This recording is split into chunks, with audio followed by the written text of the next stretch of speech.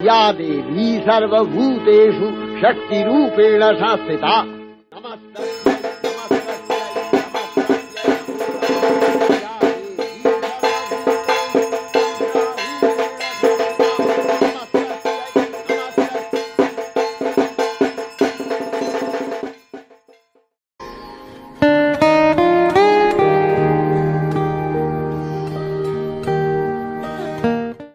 নতুন পাড়া গ্রামের এক সাধারণ ঘরে থাকে রাহুল। তার বয়স 10 বছর আর তার ছোট বোন রিনা, তার বয়স 7 বছর। তাদের বাবা নেই, তাদের মাই তাদের কাছে সব। তার মা এক কাপড়ের দোকানে কাজ করে আর তাদের বাড়ি সামলায়।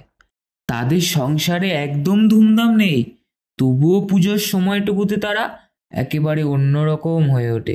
নতুন জামার অপেক্ষা, ঠাকুর দেখার তালিকা আর ভোগের স্বাদ। পুজোর সময় তাদের মধ্যে লড়াই লেগেই থাকে। এই পুজোতে রাহুল ও রিনার মা তাদের জন্য একজোড়া কেটসি কিনতে পেরেছে। সেই কেটসটা কিনে নিয়ে এসে সে কি বলল, চলো বন্ধুরা আমরা সেটা শুনি।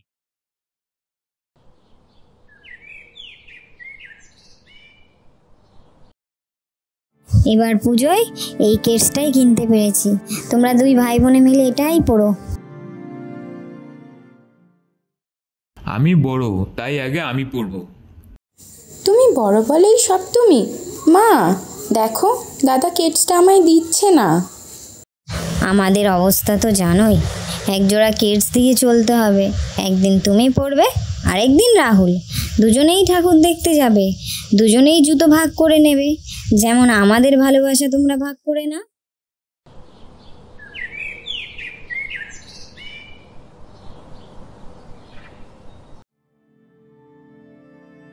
রাহুল সারা রাত ঘরে বসে কাগজ কেটে জুতো বানিয়েছে। কি রে, তুই কান্না করছিস কেন?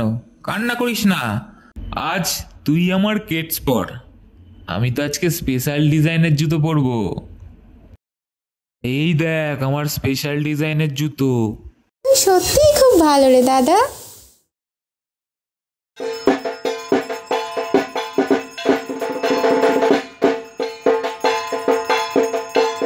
অষ্টমীর দিন সকালে রাহুল ওই কাগজের জুতো পরেই মা ও বোনের সাথে বেরিয়েছে। ভাই বোন আর সবার মধ্যে ভালোবাসাই তো হলো আসল দুর্গা পুজো।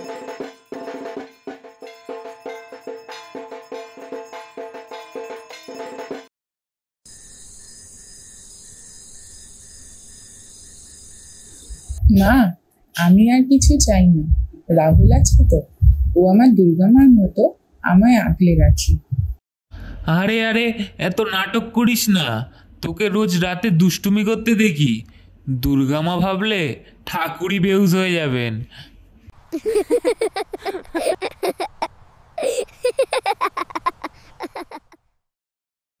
বন্ধুরা বলো তো, এই গল্প থেকে আমরা কি শিখলাম?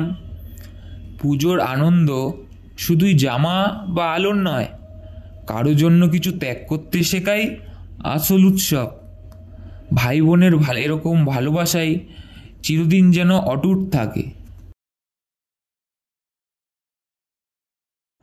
বন্ধুরা, আমাদের ভিডিও যদি তোমাদের ভালো লেগে থাকে তাহলে অবশ্যই একটা লাইক, শেয়ার আর সাবস্ক্রাইব করে দিও। আবার দেখা হবে পরের কোনো একটা ভিডিওতে।